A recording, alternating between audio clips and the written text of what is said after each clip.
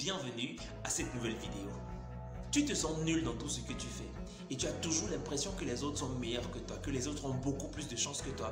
Alors cette vidéo pourrait te faire beaucoup de bien. En réalité, il te sera très difficile de pouvoir accomplir quelque chose de grand dans la vie si tu continues à croire que tu n'en es pas capable. Voici dans cette vidéo 3 vérités qui vont totalement changer ta perception de qui tu es et de ce dont tu es réellement capable.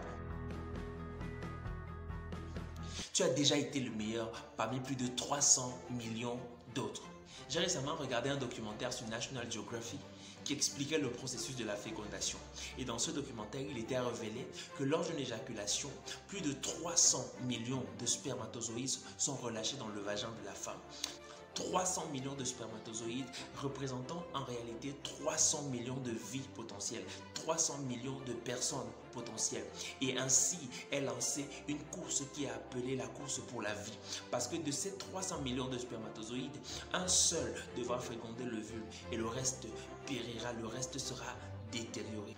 Quand on fait ce genre de course dans laquelle la probabilité de réussite est de 1 sur 300 millions, on a besoin de bien plus que nos propres compétences. On a besoin de ce que certains appelleront la chance, mais que moi j'appelle l'élection.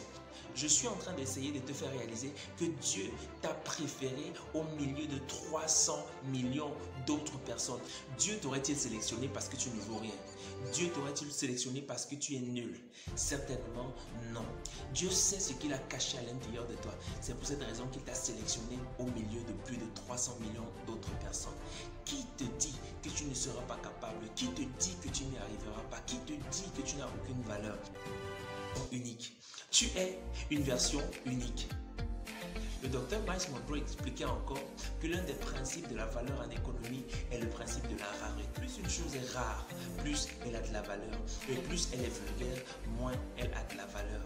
L'argent a beaucoup de valeur parce qu'il est rare. L'or a beaucoup de valeur parce qu'il est rare. Mais les cailloux ont très peu de valeur parce qu'ils sont vulgaires.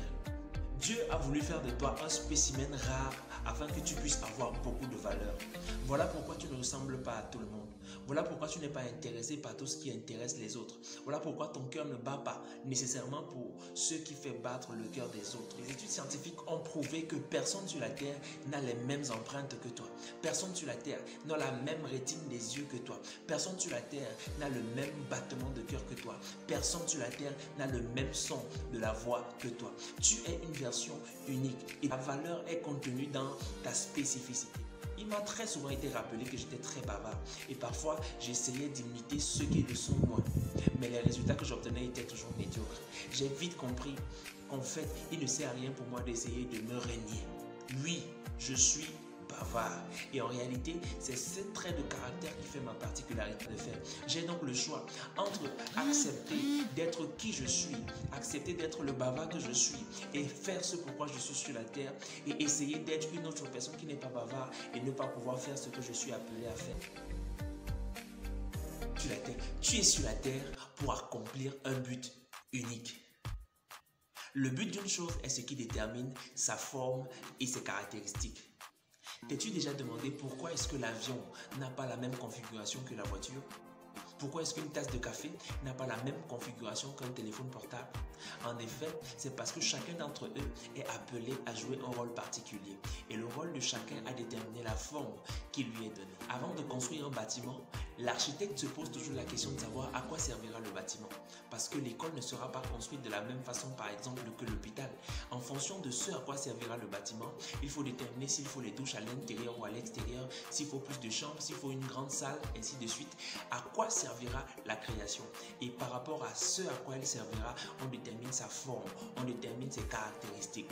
Ainsi, de la même façon, tu as été créé tel que tu es à cause de ce pourquoi tu es sur la terre. Alors le pays dans lequel tu es né, les parents desquels tu es né, l'environnement dans lequel tu as grandi et la couleur de ta peau, la forme de ton nez, la forme de ton visage, la taille que tu as et tout ce qui te caractérise ont été choisis en rapport avec le but pour lequel tu as été créé. J'aimerais t'encourager à arrêter d'imiter les autres, à arrêter d'avoir l'impression que les autres sont meilleurs que toi, que les autres ont plus de chance que toi, parce que tu as été choisi au milieu de plus de 300 millions de personnes.